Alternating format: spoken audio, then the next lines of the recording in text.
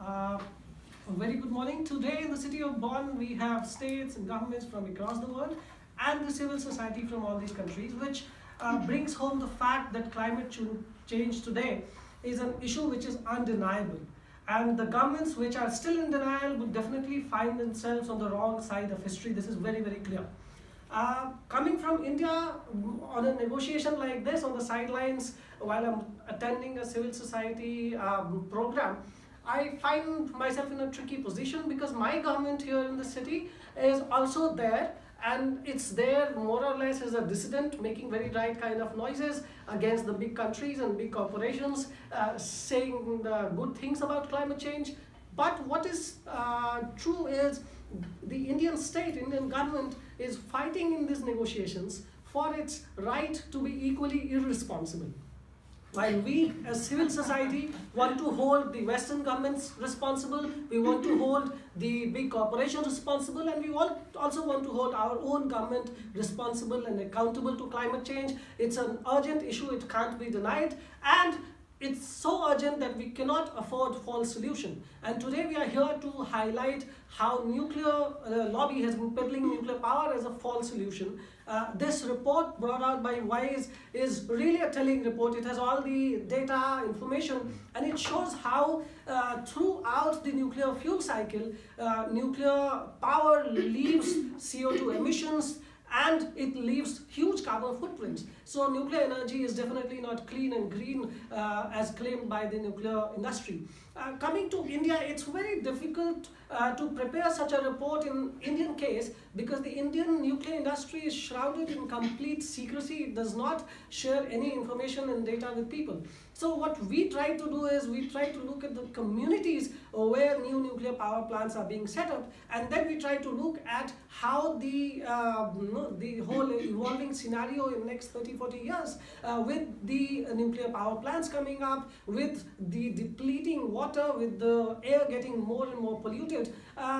This will create a situation in next 10 to 20 years in which these nuclear power plants will scramble with the local communities for water and other industries. So when we talk about India and climate change, we have to understand that the entire nuclear fuel cycle, starting from nuclear uranium mining to nuclear power plants to these reprocessing plants which are being set up, the nuclear fuel complex, and finally the waste repositories.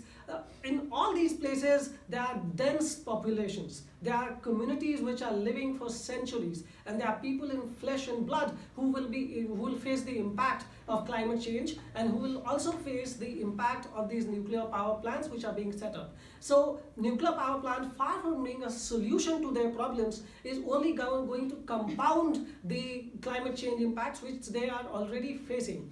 At least two places which I very recently visited, Chutka in the central India, and there's a place called Gorakhpur which is very close to Delhi. These are places where these water guzzling nuclear power plants are being set up, and they depend, and these are inland nuclear power plants, they depend for their crucial water supply on a small canal and a dam.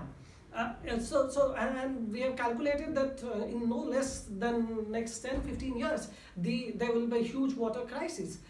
So this is the problem in India when we talk about climate change and nuclear. And also, if the government is so sure that nuclear is so environmental friendly and clean and green, why does it turn all environmental impact assessment hearings into cruel jokes?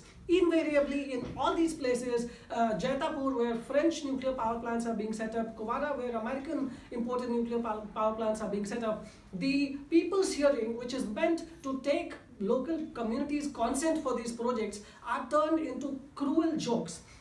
Invariably, police is sent in thousands, police and paramilitary forces, they occupy the villages, and this process, which is ostensibly conducted to take people's consent, people are kept aside, and the drama is orchestrated. So if the government is so confident that this is such a green project, why does it need to be so violent with its own people? And environmental impact assessments are invariably fraudulent, farcical. They don't take into account the impact that it will have on these fragile ecologies. So across India, new nuclear power plants are coming up in extremely ecologically fragile zones. They have, of course, other problems. They have safety problems. India does not have a independent safety nuclear regulator. India does not have a independent environmental impact assessment process. So all these problems in a country like India are going to compound the impact of the climate change, not provide any solution to it. So from India, we say not in the name of climate, not in the name of the poor. This is not going to help our climate and our people, our communities. Very strongly, I'll reassert that nuclear power is not a solution to climate change, particularly in the countries of the global side, countries like India. And India is one of the few countries which have massive nuclear expansion plans, even after Fukushima. So it's not learning lessons. And today here in Bonn, my demand to my own government and all other governments is to not park and to not paint nuclear power as a solution to climate change. Thank you so much.